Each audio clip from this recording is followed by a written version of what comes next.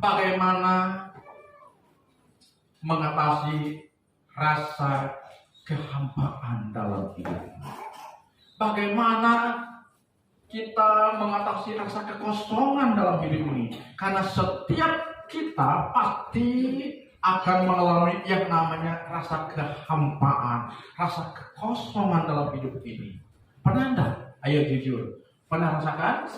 Saya ini pengalaman pribadi, saya juga pernah merasakan. Kok kenapa tinggal rasa kosong, rasa hampa? Padahal kita punya tidak rasa kekurangan dalam hal yang ada yang kita butuhkan. Kenapa ada sepertinya ada rasa kosong, ada ruang hampa yang sedang menguasai kita. Ketika ruang hampa itu menguasai hidup kita, maka kita menjadi rasanya hidup ini gerah, kesana enggak, ke sini enggak. Pokoknya kata orang mengatakan hidup ini seperti rasa ada huru hara. Hidup kok ada rasa huru hara hidup ini. Padahal tidak terjadi apa-apa. Hanya kita sendiri yang merasakannya. Nah, saya membahasakan itu adalah kita sedang mengalami rasa kehampaan dalam hidup ini. Karena itu hati-hati manakala kita sedang merasakan, menikmati atau diterpa oleh rasa kehampaan itu, disinilah iblis sedang menunggu di depan pintu untuk membuat kita terjerumus ke dalam perbuatan tercela. Karena itu hari-hari ini mari kita harus mewaspadai setiap diri kita agar jangan sampai ada perasaan hampa kosong itu menyelimuti hati, pikiran, jiwa kita. Sebab itu berbahaya, saudara. Bisa menyeret kita, bisa membawa kita ke dalam sebuah cengkeraman dosa yang membawa kita kepada kenistaan.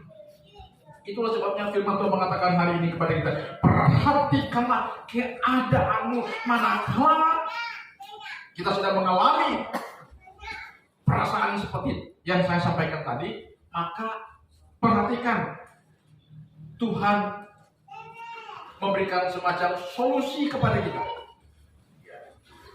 Ya, tolong anak-anak di sedikit ini. Ya. Ada semacam tuntunan Tuhan kepada kita untuk kita bisa keluar dari sana dengan cara kita tahu akan siapa diri kita. Nah, itu dulu ya. Kita tahu dan sadar siapa diri kita. Maka itu katakan perhatikanlah keadaanmu yang bagaimana. Kenapa itu bisa mengalami suasana seperti ini? Jadi kita harus kita harus mengetahui, sadar kok kondisi ini tiba-tiba diperhadapkan kepada saya. Mulai kita melakukan satu langkah, kata orang pintar itu satu langkah perlindungan atau proteksi. Coba perhatikan nama yang ke-8. Jadi naiklah ke gunung.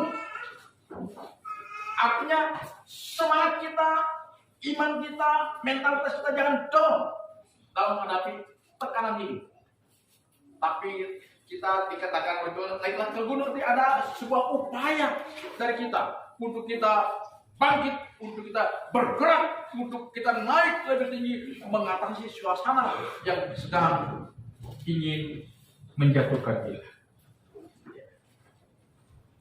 Naik ke gunung berbicara tentang sebuah tindakan yang memang tindakan yang membawa kita kepada kecapean, kelelahan, memerlukan sebuah tenaga yang berat, yang besar. Apalagi dikatakan di sana, naiklah ke gunung, bawalah kayu.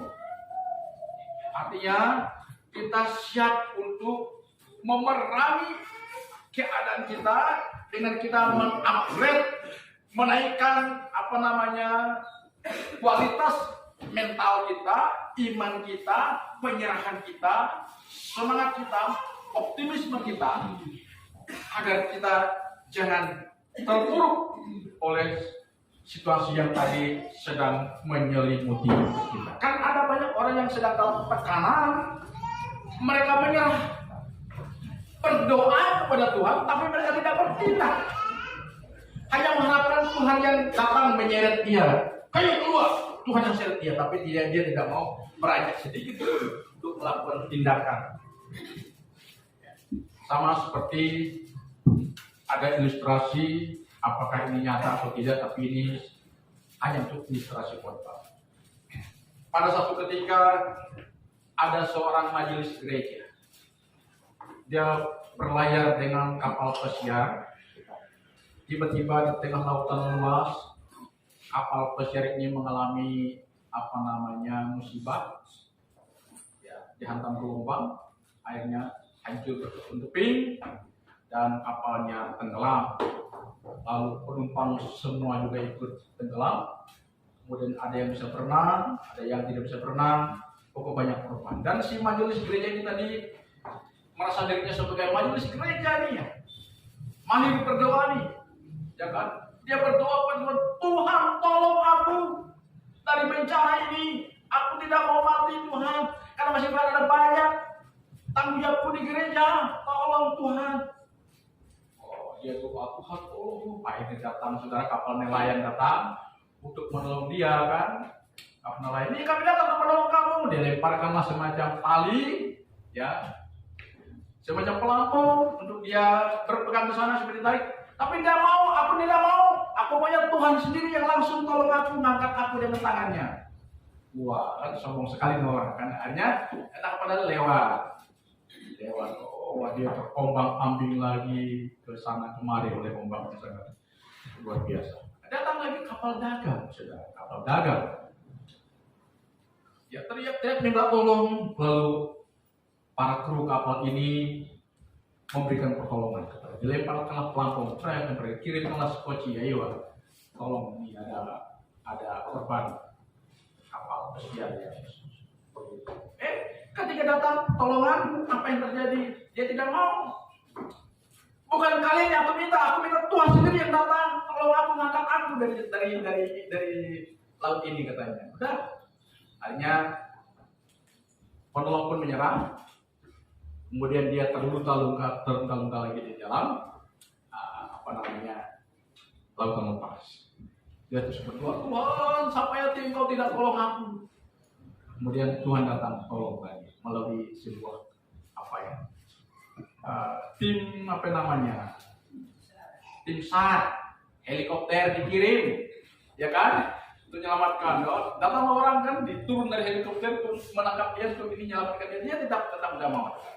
Dia maunya Tuhan langsung kan, yang angkat dia dari bencana. Apa yang terjadi? Inna lillahi wa inna ilaihi raji'un. Singkat cerita, orang ini meninggal. Ketika dia meninggal, sampailah di alam baka. Saya tidak pakai bicara surga. Di alam baka ini namanya literasi ya, itu memberikan pengajaran kepada kita. Sampai di sana, di alam baka, di alam keabadian, dia ketemu Tuhan. Wah, dia protes sama Tuhan. Tuhan, mengapa aku tidak mendapatkan pertolongan darimu? Sampai-sampai aku belum rela aku mati ini, karena aku masih banyak tugas-tugas di gereja sebagai majelis gereja yang belum selesaikan. Kenapa engkau cepat-cepat panggil aku melalui peristiwa kapal pesiar yang bertopang itu mengalami musibah sampai aku harus meninggalkan dunia yang fana, padahal tugasku masih banyak. Tuhan katakan, aku sudah 3 kali kirim penolong untuk kamu, ya kan?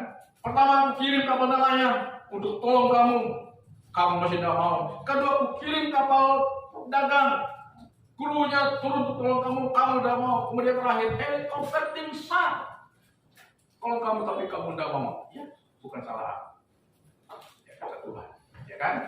Nah, ada banyak kita memiliki mentalitas seperti itu. Ketika kita sedang dalam masalah, kita berdoa kepada Tuhan, maunya Tuhan yang turun langsung seret kita keluar dari suasana hidup ketidakberdayaan kita. Tapi kita tidak sedikit pun melakukan langkah dari diri kita sendiri. Ini yang Tuhan hendak ajarkan kepada kita hari-hari ini. Ya. Itu sebabnya ketika kehampaan itu menghampiri hidup kita, saya percaya kita tidak boleh menafikan perasaan ini. Semua kita akan pernah mengalaminya. Mengapa orang tiba-tiba banyak orang yang bunuh diri? Bukan karena mereka kekurangan harta atau dan sebagainya. Biasanya kebanyakan orang mengalami rasa hampa di dalam hidupnya, sehingga dia merasakan hidup ini tidak ada artinya lagi. Artis terkenal di Eropa dulu, Maria Onassis namanya, terkenal mati bunuh diri. Ada banyak orang mati bunuh diri. Juga kenapa orang terjun ke dalam kenistaan seperti obat-obat terlarang dan lain sebagainya. Saya percaya itu akan dipengaruhi oleh perasaan kosong di dalam dirinya, sehingga dia untuk mengisi rasa kosong dalam dirinya, dia lakukan dengan cara-cara yang salah. Orang mengkonsumsi narkoba itu seperti ingin mengisi rasa kosong dalam dirinya. Ketika kita mengkonsumsi narkoba, memang kita happy. Maaf, saya pun belum pernah merasakan, tapi saya mendengar pengalaman orang-orang yang pernah mengkonsumsi narkoba. Memang happy, tidak ada capeknya. Pokoknya kita ini seperti berjalannya antara bumi dan langit, happy, benar enjoy. Tapi ketika pengaruh obat tadi sudah hilang, kita kembali lagi merasakan kehampaan. Dan itulah strategi dunia untuk menghancurkan kita, saudara. Karena itu hati-hati hari-hari ini di penghujung zaman ini, jangan sampai ada ruang kosong menguasai hidup kita. Sebab kalau ruang kosong itu menguasai hidup kita, kalau kita tidak waspada, kita tidak segera keluar dari dalamnya, kita akan terjerat ke dalam berbagai keniscayaan. Untuk kita bisa keluar dari rasa kehampaan, rasa kekosongan dalam hati jiwa kita, maka kita harus dengaran firman Tuhan. Tuhan mengatakan, perhatikanlah keadaanmu, ya. Maka kita harus check up diri kita. Tidak hanya kita sebulan sekali, 2 bulan sekali check up kesehatan kita, tapi kita juga harus check up secara pribadi tentang kondisi keimanan kita, kondisi kejiwaan kita, kondisi hati kita, kondisi pikiran kita. Kita harus check up. Kalau ada perasaan misalnya galau, ada perasaan, Tuhan, kenapa kok aku tiba-tiba merasakan hal seperti ini?